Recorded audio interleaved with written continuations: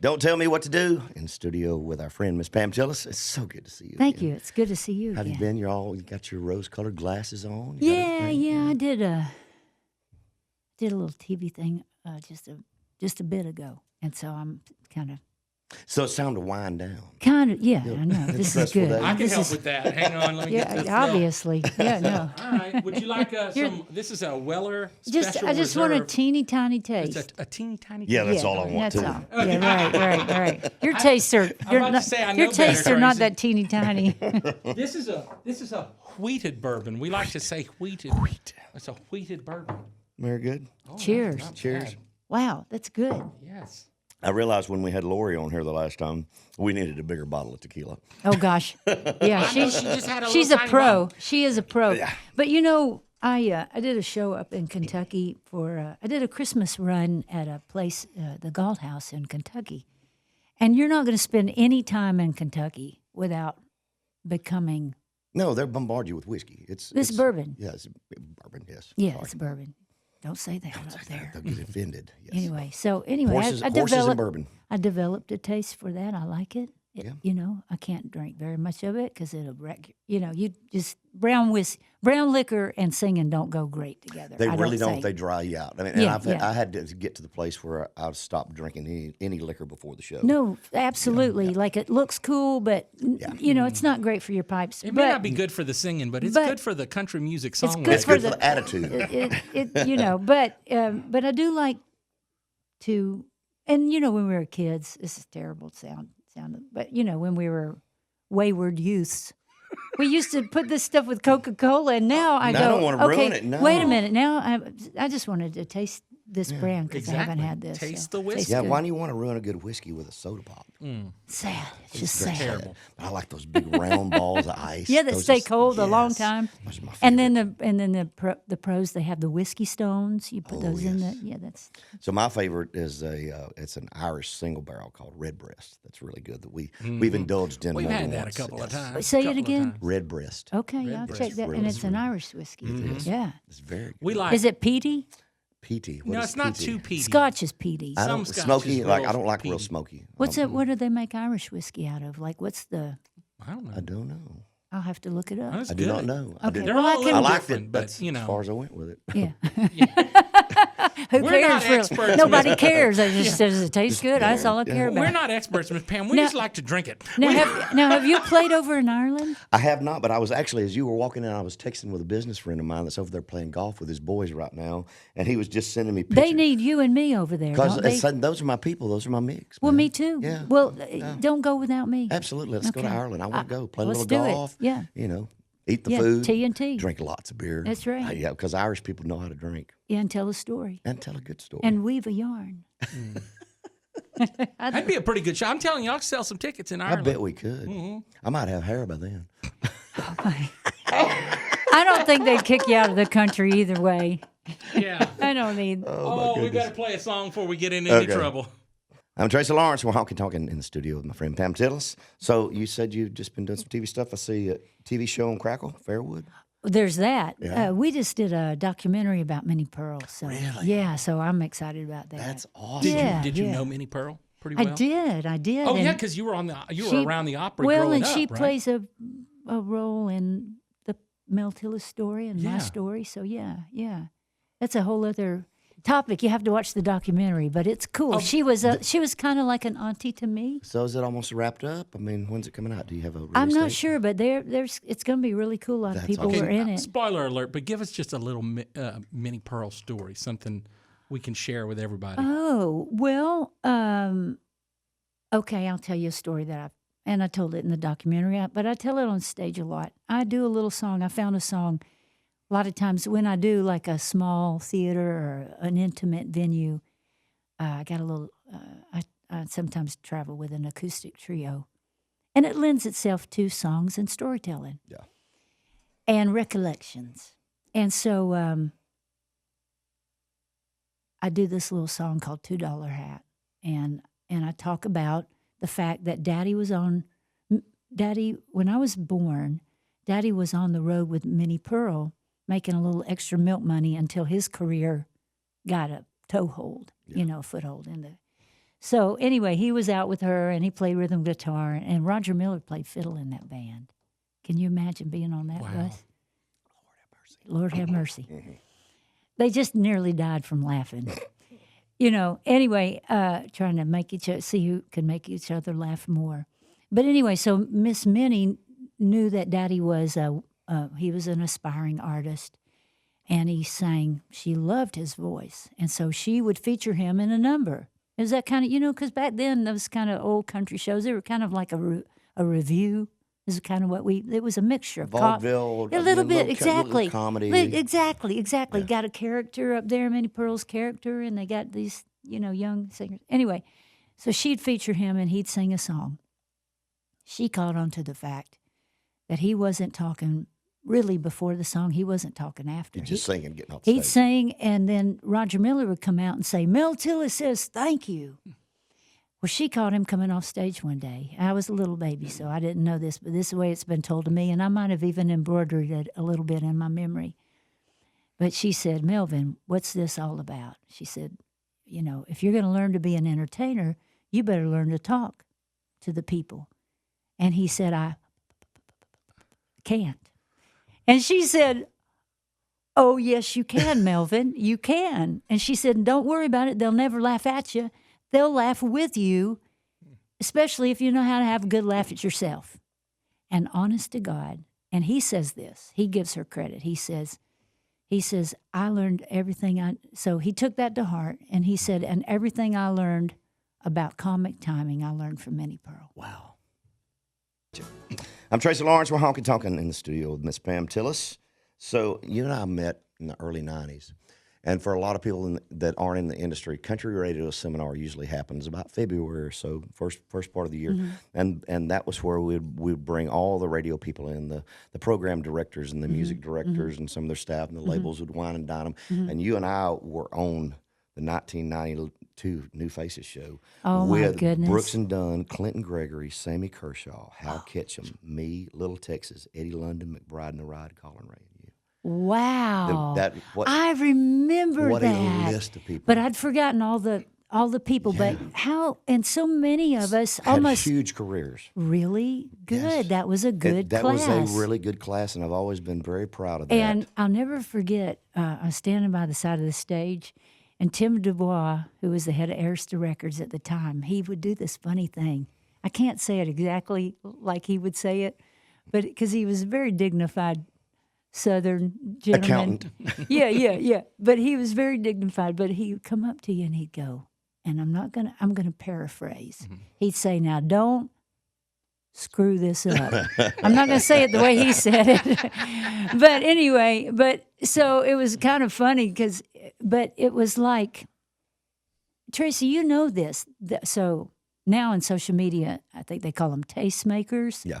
But terrestrial radio back then, they were the gatekeepers. Oh, yes. And the tastemakers. And if they liked you, you might have a chance. Yes. If they didn't like you, they didn't have to play. As Tommy Collins used to say, you're out of that Sunday school class. You got to make relationships. Mm-hmm. Oh, right off the bat, absolutely. It's your moment to make that impression, and it was a big deal. I always thought a lot of Tim Dubois, and there were times I wish I'd been on Arista.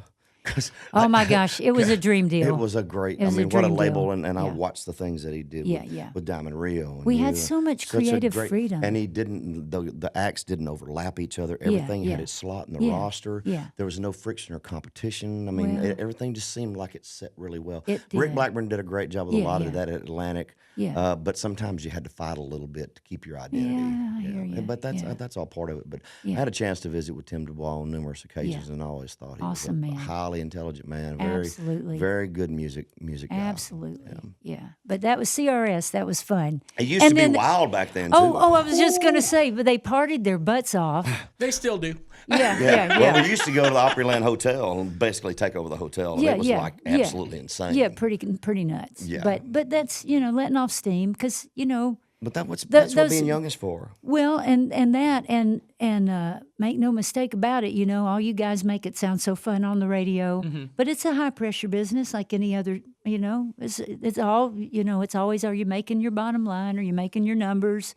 it's a lot of pressure. So yeah, they get a little crazy when is. they come to town. It sure has changed a lot over the years. I can't remember the last New Faces show that I went to. It's been a while. You know, I can't keep up with all the new. I have an old friend who I've known who was in radio in Oklahoma City. They texted me this morning. They go, they're working with the I think the Tulsa Symphony now, but this friend of mine was in radio and TV for many years. He sent me a screenshot of the top 10. He goes, I don't know who any of these people are. Oh no! It's hard to keep up. Do you listen There's to a whole the new radio at all? Do you know who anybody that jumps out at you that you like? I listen some, and yeah, I mean, every now and then something will jump out at me, but I think there's some great, strong, people, there's still some great songs being written. Yeah, and I think things are swinging back a little bit more Yeah, traditional. yeah. I feel some of that coming back. You know. And I'm saying, and we talk about this every time I have somebody in. Yeah, I feel that 90s acts, we're all having a huge resurgence right now with our ticket sales. It's great. And then, there's some great young talent. I like I'm proud of the ladies like Laura and Elena and Carly Pierce and so many that are, I'll sit here and feel stupid because they won't come right to mind. But, of course, Miranda has paved the way for this new crop of ladies, and I think she's our Loretta Lynn. I like John Party makes some good country records. They sound country to me. Yeah. So who's that guy? Parker McCullough. Parker McCollum. Yeah, he's got a song that jumped off the radio. He was in New Faces this last year. Yeah. So there you go. Yeah, there you go. Full circle. I'll tell you, that thing can be such a catalyst if you're positioned right and you take advantage that's of the right. opportunity. And it's all timing. Like, who's the kid, Walker Hayes? Yeah. He was on another label. Now we're talking shop. That's good, though. And it didn't take off. It wasn't his time. And that happened to me. I don't know about you, but was the deal with Rick Blackburn, was that your first label deal? It was. And I was only in town 7 months. It was, my stuff happened like that doesn't always happen. when I didn't know anybody when I got here. It was like boom, just all of a sudden. But like Walker, and he and I have something in common because by the time I got to the New Faces show, it was sort of like nudge, nudge, wink, wink. Mm-hmm. I'd already had 2 record deals. And Walker's on his 3rd record deal That's right right, now. Wow. right. It just wasn't his time. And it's the perfect, you got to have that song. Oh, we right? talk about Absolutely. it all the time. The song is everything. It's everything. Tracy and I talk about records that a different artist cut that weren't a hit and then someone else found it and made it a hit. In your case, it was the same song. Your career, your biggest hit was one that you had recorded 5 years before? You just knew it was in there, though. I knew it. Because every time I do the song. But now my first hit for Arista was, my first deal was actually a pop deal. I was a rock and roll.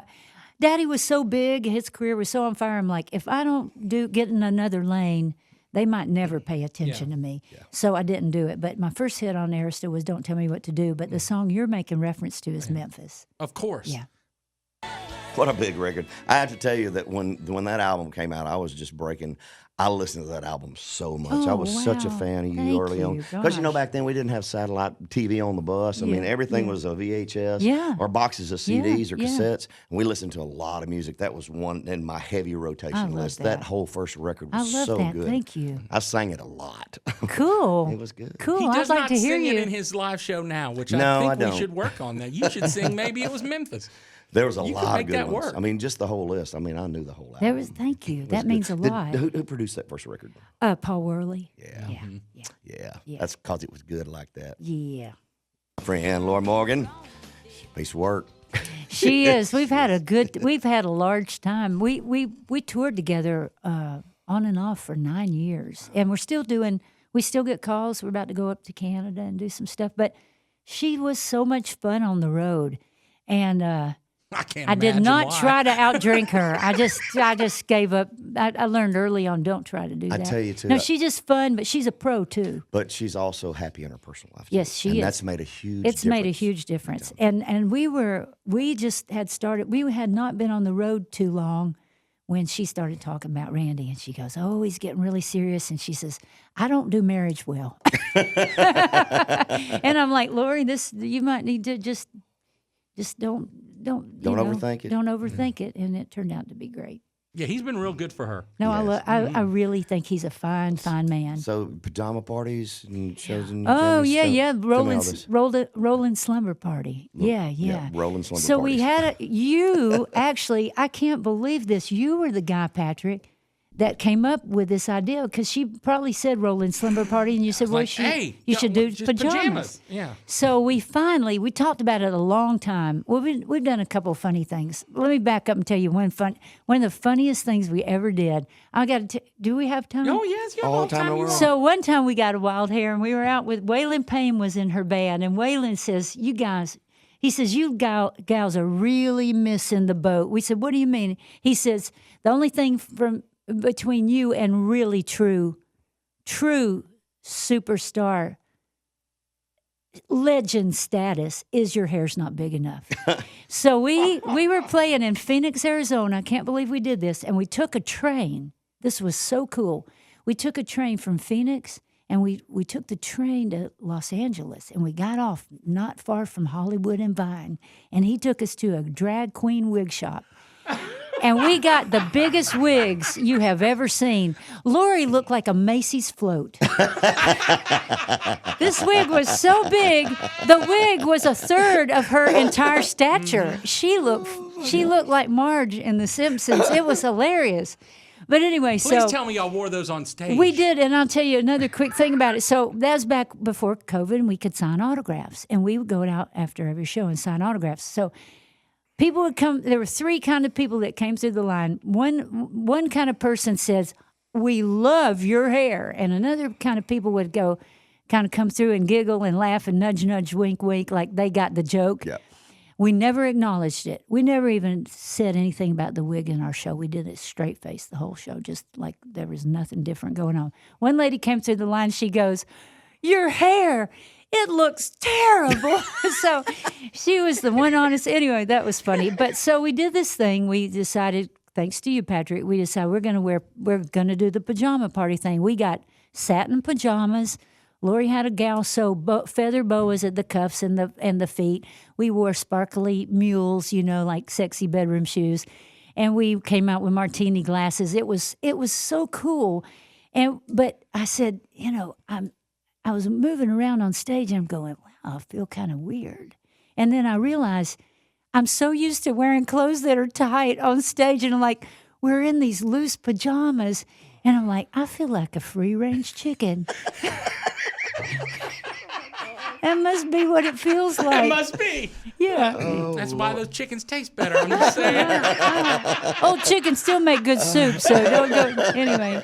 Anyway. Oh, that is so much fun. How many shows like that did y'all do?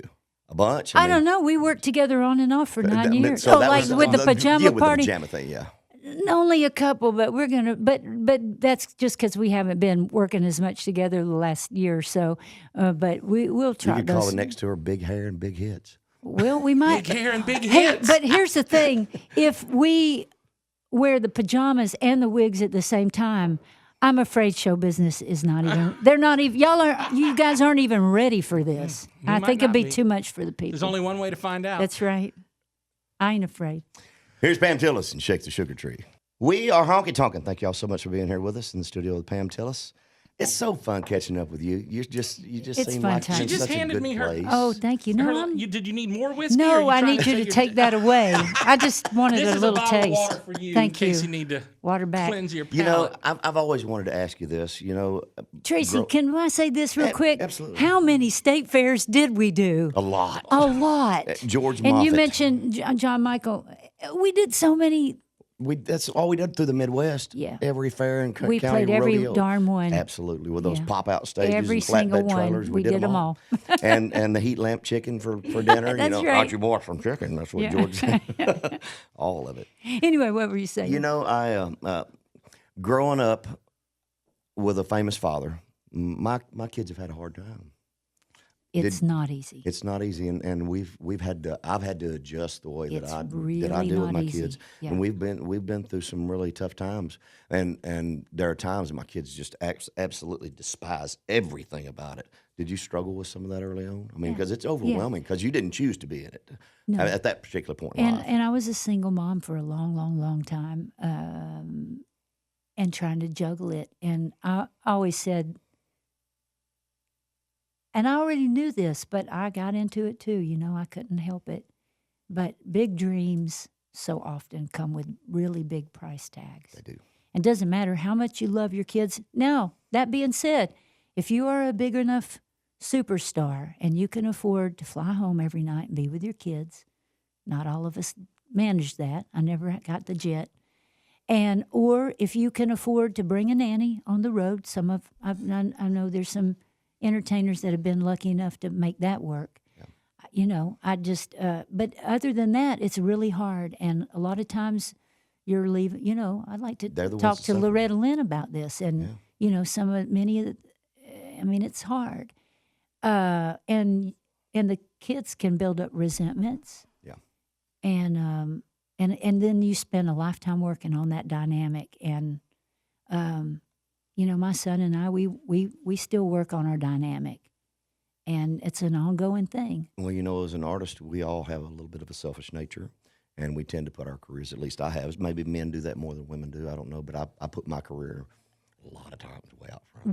Well, and you're lucky because, you know, so often there is a woman behind the man.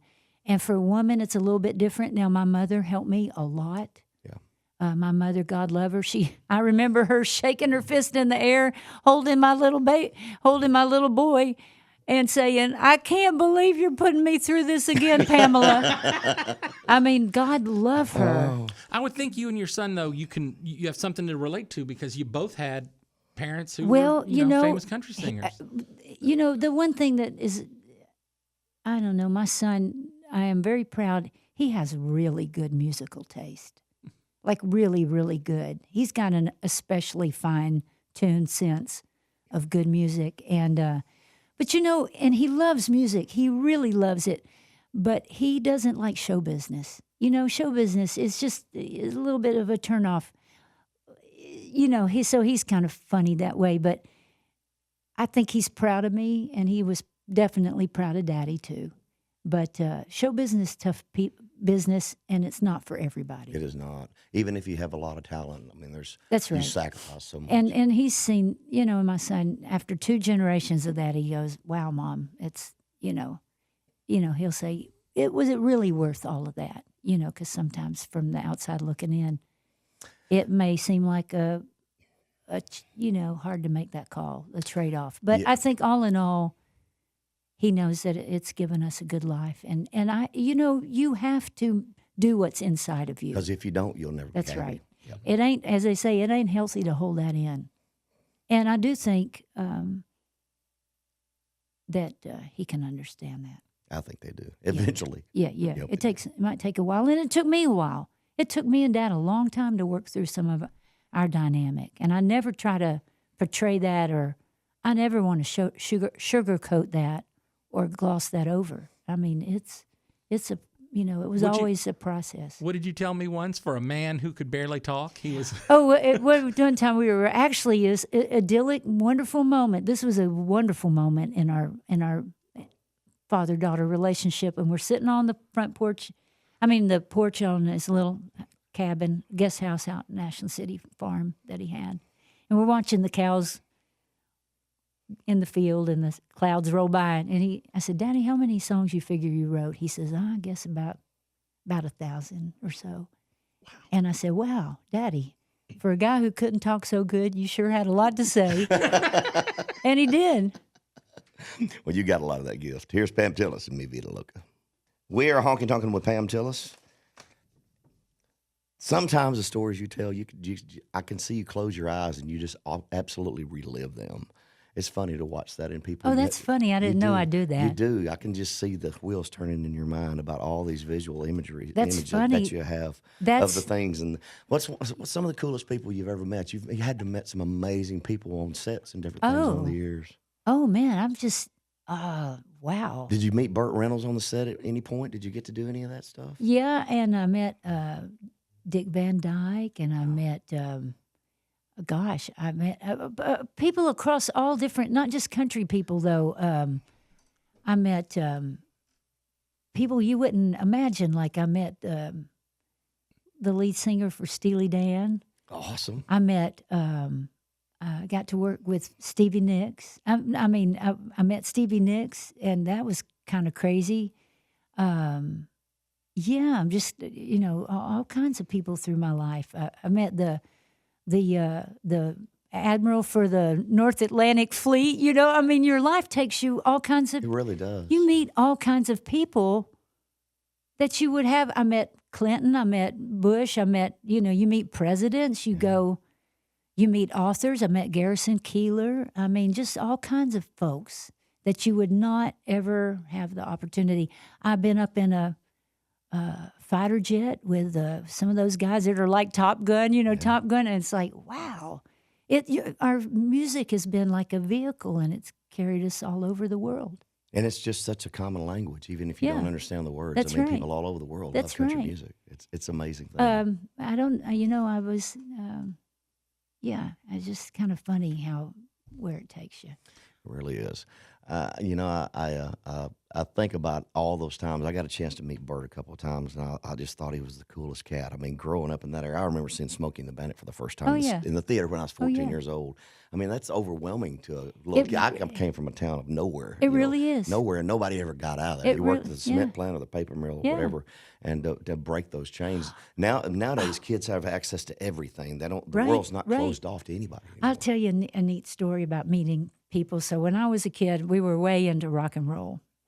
And Led Zeppelin was, other than Southern rock, Led Zeppelin was the stuff, right? And, I love that, Rolling Stones and Led Zeppelin, all this stuff. Anyway, but they wouldn't play here. There was no venue big enough, so they'd play Daytona. But my parents were very protective, Mom and Dad. We never got to. They were not going to let me go on a road trip to Daytona to see Led Zeppelin. Forget that. No. So anyway, years and years and years later, my friend Callie Corey is married to T-Bone Burnett, and he's producing Alison Krauss and Robert Plant. And so she said, "You want to go by the studio?" And there he was. And I'm like, oh, it was crazy. I couldn't believe I was trying so hard to be cool. Anyway, later on that night, we went to see the Time Jumpers. And Callie and I went to see them. And I guess they hit a wall in the studio. They'd known we were going to see the Time Jumpers, so here comes Allison and Robert Plant, and he sat down next to me. Oh. And it's like, I had a poster of this man on my bedroom wall. Like, to me, I didn't know what anything was about the birds and the bees, but I'm like, he looked like it to me. and all I knew is I was sitting next to him, and he was so nice, and we're sharing a beer together. It was like, oh my God, and I'm looking around, and I felt just like Chris Farley. I just really did. You remember when you were in that band? I just about was losing and I'm looking around to see who's looking at me. And I'll tell you a funny thing that happened, though. Kenny Sears, bless his heart, and he was a former statesider. He didn't know who's who in the rock and roll world. Kenny is straight up Texas field person. And at the end of the show, he says, "Well, I'd like to thank Miss Pam Tillis for coming out, and I'd like to thank Miss Allison Krauss for coming out." And he said, "And I'd also like to thank Bobby Plant as Easy Tops." Bobby Plant. Oh, my God. That's awesome. Close. That is awesome. We're Honky Tonkin with Pam Tillis. So, who are some of your favorite session players that you've worked with over the years? I'm sure you've worked with everybody. Oh, man. I got to work with some of the greats of let's see, okay, drummers, of course, Eddie Bears, who was just put in the Hall of Fame, Larry London. Yeah. I'm going to leave some people out, but it's just because I can't. If you put me on the spot to remember things, I can't remember. But rhythm guitar players, Richard Bennett, so many great ones. Larry Bird played on all the good ones are gone. Great guitar player, John Jorgensen. Yes. Steel guitar players, Sonny Garish, Buddy Emmons, Paul Franklin. Just had lunch with a great Bruce Bowden, who does a fantastic job. I've gotten to work with great iconic fiddle players, Larry Franklin, Rob Hajek is Buddy Spiker. Mark O'Connor. Mark O'Connor. Yes, when he was just starting out. Thank you. So many great ones, like the cream of the crop, Kenny Greenberg, Michael Rhodes, the cream of the crop. I was like Stuart Duncan, Matt Rollins. I was like a kid in a candy store. And the engineer talent, Ed C., Chuck Ainley, you could just go on and on and on with these people that, Tracy, you know this more than anybody, too. It doesn't happen. It's a team. It's always a team. Oh, and you have to have the right chemistry, and that's Yes. as much of the producer's job as anything else about getting the right chemistry. Because Casting. if you've got, I've seen producers fire people on the spot because they came in with a bad attitude or whatever the situation was, and that breaks the whole session down. I mean, it really does ruin the vibe. And knowing what your artist really wants. But I think the 90s, and even now, I think we were blessed with some of the most amazing songwriters in the world. I think some of the last true poets in this country, and some of the greatest musicians across the board. So, great arrangers, great producers. I mean, we were so blessed. Behind every single that you heard, there was a little village, and all of those people's stories and all of their influences, and it all came together. The chemistry was important. And it seems to me you were really intense on every little detail, because I read an article, I can't remember how long it's been, but you were talking about how you would sit down the transitions from song to song and make sure it timed exactly where you wanted it before it went to the next song. You were that anal about everything. I was a pain in the butt, pretty much. But it's your stuff. I was like the Barbra Streisand of country music. You kind were of. not. No, I mean, I just really. But you knew what you wanted. And I was very hands-on. I don't know why. I just always been that way. But I just couldn't imagine, like some singers, will come in, record, and they walk out. Yeah, and they're done. And everybody else does everything else. I could never do that. I like being in the studio. I love it. It's like the kitchen. It is, and I think I'm in a better mood when I'm working and I'm writing songs and doing that when I'm in that time frame. Yeah. My wife says I'm a lot happier. Well, it's just fun. It's that creativity. You're purging all that stuff. I love it. Yeah, and plus you're like me. You go out and you do your life thing, and you wouldn't trade that for anything. But there's all this other stuff you can't get to until you can get home and let that part of your creativity. It's a hard question. Reign. It's a hard question, and I get asked it all the time. What's the one song that you think is your personal favorite? Not the biggest one, whatever. What's that one thing that you still go back to and say, God, I sang that so good. I listen to that record every now and then. You go back and just sometimes when you're feeling a little depressed, just to go back to that spot. Do you ever if you want to feel good about yourself, go back and listen to yourself. My life wasn't squandered after all. No, well, it's funny that you said, and I don't realize I'm doing that, but that I kind of close my eyes when I'm trying to tell these stories. So maybe it was Memphis when I sang that song, because I'd recorded it, like you said, a few years earlier. And I knew I was just hell-bent on giving the performance of my life, whatever that meant. And so I had Ed C. was in the control room, and I said, Ed, would you do me a favor? I said, I have to get lost in this song. I know I have to get lost in it, because what I think about this song is it's a mini movie. There are certain songs that are mini movies. And I said, I got to go to the movie. And I said, turn the lights down. And I could barely see. It's a wonder I didn't fall over and knock the microphone over. But so I was kind of out of my body. But I went so deep inside, and I had my eyes closed. And I said, I have to roll the film. And that's where I'm going to find how I'm going to sing this song. So that's what I did. George Strait, let's fall to pieces together. I don't want to keep wallowing in sad stuff, but we have lost so many people over the last couple of years. My Lord, it just seems like it never stops. I mean, the last several years, it's just been bam, bam, bam with COVID and everything else. It's like, whew, I'm ready to get back on the treadmill. Let's just stay healthy, and keep working, which is hard to do at our age. Oh man, you've got to be like an athlete. You have to really. I heard this and it stuck with me, and I think about it. But a friend that I know, Gary Nicholson, and he's had the pleasure, I guess, because Delbert opened a bunch of shows for the Rolling Stones, and he said Mick Jagger would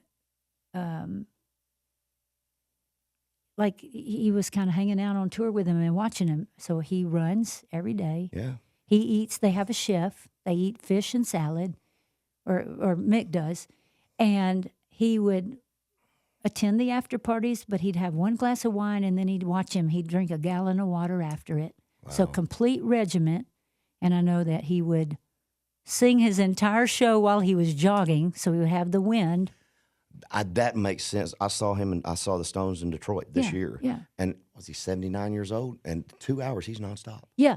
And I know that about Garth. Garth is he's very meticulous about his health habits. And so, it looks really, it's all fun and games, in the early days, and you can party hard and everything. But if you care enough to give your best as an older artist, you'll try your best to keep it together. That's a good way to look at it, and keeping the right frame of mind, because it does grind you down, and also knowing when to start backing off and not working so much too. Well, that's right. Because you can get lost in it. There's so many ways. And you never want to be up there so long that they start feeling sorry for you. Well, Willie's You 90 do and not. he's going back out again. What? Willie's going back out. He's 90 years Well, old. and then this is a relationship. You and all you guys out there that are fans, just remember that. And so if he wants to do that, Go support him. go support him. Because he don't have to. Yeah, he doesn't does have not to. And that's another thing. You never want to see an older artist out there that has to. That's is true. the saddest of all things. It is, or when they're just in such bad health. Marty Stewart says the biggest revenge in the show business is retiring well. Because then what do you do? What do you do? What do you do if you retire well? Well, I mean, what do you do when you go to Tractor Supply? What are you doing? Well, What buy are you stuff for the involved? tractor. What What do you you? got on your front porch, Tracy? but there's still What do you you- still need creative outlets. Yes, you do. I'm not building birdhouses in a garage. I'm not doing that. I still What do need. you? Well, you're doing this radio show as do a it. side hustle. What else do you do? I've got a podcast that I've started. You do? What's it called? I need to It's hear called Teal's Honky Tonkin. Teal's Roadhouse. We're getting all 12 episodes in Very the can before I cool. launch. Very I've cool. got a real estate project that I'm working on. We're getting ready to break ground on Yeah. a 200-acre high-end gated community with a partner of mine. See, I got those similar kind of things. I just directed my 6th video. I did one this last week for Paige King Johnson, and she's a young artist, up and coming, and and I like that, and I dabble in a little bit of real estate. It's fun, just anything else creative. Anything to keep your mind Yeah. occupied and stay creatively engaged in life. Yeah. I like to garden, like I got a little patch. I like to sit on a tractor. You do? Bush hog. Yeah, you guys like the big toys. I like the big toys. Yeah. I He like don't them have a with tractor. He has a bulldozer. I like to I've- lovingly tend my turnips. My wife likes to do all that too. I like Yeah. being on the big machines. Yeah, you guys- moving earth yeah, around. yeah, That's yeah, all fun yeah. stuff. I don't know. It's just as we get older and evolve through this whole thing, I still feel like we're so blessed. I mean, for We the are. small percentage We of are. us that have been successful in this We are. business. All these thousands of kids that dream the dream. But being a star nowadays is not what it used to be. Being a celebrity doesn't always come with fame and fortune and all that. It comes with a lot of headache and heartache nowadays because these TikTok stars. I mean, Oh my God! there's- So they got to have the camera on them 24/7. I struggle with that. I can't do that. I want to be there, and we're so grateful to our fans, and we love them, and so many blessings have flowed from them. But I am a really private person. I do my best on social media for an introverted extrovert, but these kids, they just tell me they just got to be on there. And they're consumed by it. It's all about that click Yeah, count. And it's it's- all about it's those tough. likes. It's It's a tough. tough time to be a kid, and I think Yeah. it causes a lot of problems with a lot of these young kids. But I'm telling you, we had this young girl, Alexandra Kay, that went out and opened some shows for me and Clay Walker recently, and she's a huge TikTok deal, and Wow. she was bringing so many of these young teenage girls in. I mean, they just. Wow. It's amazing how big it's gotten, but Yeah. but what's the shelf life? I mean, how long don't can you know. keep that pace up? I Well, mean, when people's attention span is 18 seconds, I don't know how any of it. isn't that amazing how Yeah. short it's become? It's though? really short. It's sad. Yeah. Because people can't. Half the time you can't even get through a full song. They're wanting to click to the next one. Wow. I see my kids do it all the time. Wow. I guess we better start working on those Sure. medleys. Or start writing jingles. So let's talk about our sponsor for a little bit. If you love music, you need to download the Pickle Jar app, show gratitude to your favorite artist, and support great causes in your hometown. Plus, you can watch exclusive content you can't find anywhere else. Download at picklejar.com. That's right. So tell us a little bit more about it so Pam can understand what this is. How Pickle Jar works is nobody has cash anymore. So these up-and-coming acts that are out playing in the bar, and they got a pickle jar on the stage. Yes. People put money in, but no one has money. No one has cash. So it's like a Venmo So it's for like, it's better, way better than that, because okay. it doesn't take money from you. It doesn't take a percentage. Whatever people tip you, you get 100% of that. That's wild. So yes, and then they can do something. They can request songs on the app. They can follow you. You have your whole page, and then all kind of. It's basically a social media app for live music. So if you love music, you got to get Pickle Jar. Go to Apple or the Google Play Store and look for Pickle Jar Live. We're Honky Tonkin. Thank y'all so much for being here with us in the studio with Pam Tillis. So tell me about some of the acting stuff you got going on. Oh, well, we were talking about side hustles earlier. Yeah. So I dip my toe in that water every now and then. I don't know, somewhere along the line, people started asking if I want to be in this little thing and that little series, whatever. So I've popped up through the years on different things. And so the crackle thing, everything I've ever done has been mostly dramatic. I did a little run on Broadway in a musical in Smokey Joe's Cafe. That was cool. But Bud Schetzel, who did a lot of TV events and stuff in the 90s, I knew him from that era. And he came up with this show. Some fellas, entertainers from St. Louis, somehow he got hooked up with them, and he wrote the script. And he said it's comedy, but it's got a country slant to it, and it's family oriented, and it's left to center. He said, I think it's up your alley. A little weird sense of humor. Yeah, just a little quirky. And so I came in and read it, and anyway, so ended up doing that. You do a pilot, you never know if things like that are going to get picked up or not. But it got picked up. There's so many avenues for all that stuff now, with Netflix and all that stuff. Yeah. We have to talk about the wig, though, because was that the same wig that you wore with Laura Morgan on stage? No, totally different, totally It's different. a big old blonde wig. I know. Actually, somebody said something about it on social media the other day. They said, "Oh, I like your hair. I like you as a blonde." I'm like, anyways, that's funny. I just want to look definitely not like me. Mm-hmm. Anybody can watch it. You just go and Google Fairwood on It's just Crackle, silly, good fun. and it streams, so you can go and watch it on your computer. Yeah. So the last time we got to sit and chat, we did one of those country music cruises, which I had a blast on. They're fun. They really were fun. Yeah. It was right before COVID, right before everything popped a couple of years ago. So I was on the phone with a buddy of mine. He calls himself Cowboy. He's got a huge concrete excavation company down outside of Houston. And I met him on that cruise. Oh. So he and I become friends and stay in touch. He told me to tell you hello. Oh, nice. So he said you were one of his favorites. Oh. Yeah. Yeah, we're about to do that again in 23. I hope I get a chance to go Country back. music cruise. I really had a I'm good sure time. they'd like you to. It was a whole lot of Yeah. fun. Yeah, I stayed up way too late, played way too much Yeah, blackjack, yeah. lost way too much money. That's all right. Yeah, Well, it's part of it. yeah, that's right.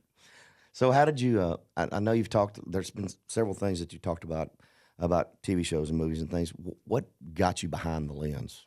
Did you take some classes? Were you into photography? When did you decide that you wanted to make that switch? That's a big step. It's a really big step. There's a big learning curve there. And I'm still, it's funny, I get like, it's not stage fright, but like the night before I do a shoot, I'm like, I can barely sleep. Oh, man, when you start talking I am about a nervous lenses wreck. and things for this shot and that shot and Yeah, everything yeah. you've got in your mind, that's overwhelming. Well, there's a lot of the tech stuff that I'm just going to have to continue to learn. And that's when it's just like when you're in the studio, you're dependent on your engineer to know all that tech stuff. And so I'm dependent on, my DP and lighting people and my camera guy, whatever, all those people, the technical. The way I got into it is started out mentoring some young artists, and then some of them just didn't have any sense of style, because they're coming from little towns that they don't have any kind of shop, and so they don't have any idea. They try to do what they think looks cool, Right. and it's terrible. And so they said, well, can you, not that I've got it all figured out, but I have gotten a lot of compliments on my style through the years, because I do try. And anyway, they say, well, can you help style them? And I'm like, yeah, this will be fun. And then the next thing I know, I'm art directing a photo shoot. And I like that. And then it morphed into the video thing. And all I know is I've been on the other side of the camera, and I know a thing about or two about acting. Yeah. And so I'm coming at it from, I know how I want to look, and I know what angles make, I haven't directed a guy yet, hint, hint, hint, but I know what angle a woman wants to, your best angles, and I know what it takes to get a performance out of somebody. So that's how I like creating. So this school, PCG in Franklin, they throw this at me. They go, I was supposed to co-direct the first thing, and the guy, we just couldn't agree on the screenplay, and I'd never written a screenplay or a treatment. I mean, and I'm like, well, I might as well try it. I can write a song. So I wrote a treatment, and I had a blast. So now I've done a half dozen. I hope I get to do more. But if I don't get to do more, I'll be fine. I got to do it, and it was a blast. But That's just another great creative outlet. yes, I love it. It's all. Tracy, were you like this? Did you sing in the living room for your parents? Oh, constantly. Irritated every teacher I ever had. Right, it was right. all the time. So we're just kind of doing the things that we were doing when we were kids, and I loved directing. Like, I'm the oldest of 6, which Dad always used to say proved stuttering had nothing to do with it. And so I was always wanting to direct my unruly siblings. I was trying to get them to fall in line and make up plays and do plays in the garage. And one time So you were meant to be a producer. Yeah, one time I decided we're going to be a dance troupe. Wait, I don't know how to dance, but we're going to make it up. And so, yeah, that's what we did. So we're still just making it up. Here's one more from Pam. Garth Brooks, Thunder Rolls. I can't stop bringing this up. So we've been talking about this for the last few weeks. He played Tiger Stadium at LSU in Baton Rouge, and they said it set off the earthquake meters when he kicked off Baton Rouge. That it was so freaking loud that it was 127,000 people in that stadium. So can you imagine? I can't even. No, I know. I mean, it makes the hair stand up. I'm just thinking about it. Just you were in Nashville, obviously. You grew up in Nashville and in country music. Yeah. I mean, do you remember thinking that Garth Brooks was different? Or just that era when that class of 89 came along? I mentioned Bruce Bowden, and I think Bruce Bowden is the first person that put a Garth Brooks CD in my hands. He says, I'm working with this new kid. I love Bruce. And I looked, I don't know how many people out there have the very first Garth Brooks. This was a CD. It wasn't a cassette. It was a CD. CDs were still pretty new. Oh, yeah, that was a hot thing. Anyway, in he had 1989. I just looked at it and went, funny hat. He had on a hat. Remember when Pharrell came out and wore those, it looks like a Mountie? Yeah. Garth had a funny hat. They always said he'd get in the shower when he got a brand new one and just let it get water soaked and shaped to his head, and then he'd let it dry on his head. Weird stuff. But I know things about Garth that are cool, that behind the scenes, I have Garth stories. Yeah. I have many Garth stories. Well, one thing is I heard, and I thought this was really cool. I really respected this. He didn't want to, this is what I remember. He didn't want to do a bunch of punch-ins or edits. He wanted to sing it imperfect. Mm-hmm. And a lot of people, this was a new era in country music, and you could multi-track, you could chop everything up, you could people were, I don't know if they'd gotten into auto-tuning yet. That didn't come to about mid. Yeah, but you could really make everything sound perfect when the person singing wasn't so perfect. So I admired that about Garth. Mm-hmm. I will say he has since become, Garth, I'm not trying to suck up, but he grew with those records, and now he sings them perfectly. They sound great. But, But I thought that was so cool that he said, I want it to just sound like me and real, and don't want it to be perfect. So I like that. And, so he's also got an amazing memory. I wrote him a condolence card when his mother passed away, because I'd met him on the road, at a CMA event, and it was touching. He was always so gracious. He was so sweet with his mother, and they had a great relationship. So I sent him a card, me and about 2 million other people. And his memory is so formidable that 3 years after that happened, I ran into him backstage somewhere, and he said, "Thank you for the card." And I'm like, "Wow, you're a freaky dude." Wow. I mean, he's just an amazing person. Yeah, but yeah, so I guess when you got all that kind of stuff going on, you can set off earthquake meters. So with all the stuff you've got going on now, what's left you want to do? I mean, are you still touring heavy? You might be working on a new record. I mean, where are we at right now? I don't know. I really Taking a little time off the road. I mean, you know, the truth of the matter is, at this point in our career, maybe it's not a good time to take a year off. I don't think it is. No. Mm. I think I'm kind of gonna roll with it till I'm gonna step gracefully away. I think we've got a window right here that Yeah. can be really lucrative and a really fun time for a lot of us from our era. Yeah. But who knows how long it's going to last? Yeah, and It's while gonna cycle people again. and it will cycle, and while people are really into this, it feels good to you know to bring that. Absolutely, and as long as you're still capable, It might of as going well out be there and us. delivering the goods too. Yeah, if you yeah, can still, yeah. if you still get excited about pushing and hitting, If you those can notes, feel it, you yeah, can feel it. yeah. So anyway, so I'm While gonna, you're still in the land of the living. Is that's that what right. you're trying to That's say? right. I see what you did there. You see what I did? Here's Pam Tillis. We have been in the studio with Miss Pam Tillis. It's been so good to see you again. Always good to And see I you. I love having conversations with you and hearing those stories and kind of where you're at and all the wonderful You're- things going on in your life. We go way back, and it's cool to talk shop with you. It is, and I hope I get a chance to cross paths with you out on the road hope this summer. so. We've got a lot of shows. I Yeah. don't know where all you're working. PamTillis.com. What Yeah. are some of your other socials? Instagram and Facebook.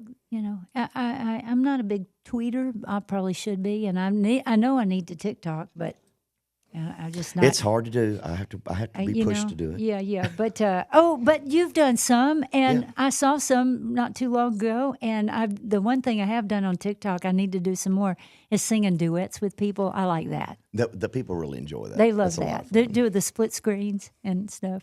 It's just amazing all these new tools that we have at our disposal out there now that we can just kind of play around and have fun with. that's right. As long as I'm not forced to do it, I'm okay with it. That's it. That's it. Don't tell me what to do. Right. See, full circle. Pam Full Tillis. circle. There you go. Pam Tillis, everybody. Thank you so much. Thank you, Tracy. Good to see you. Thank you.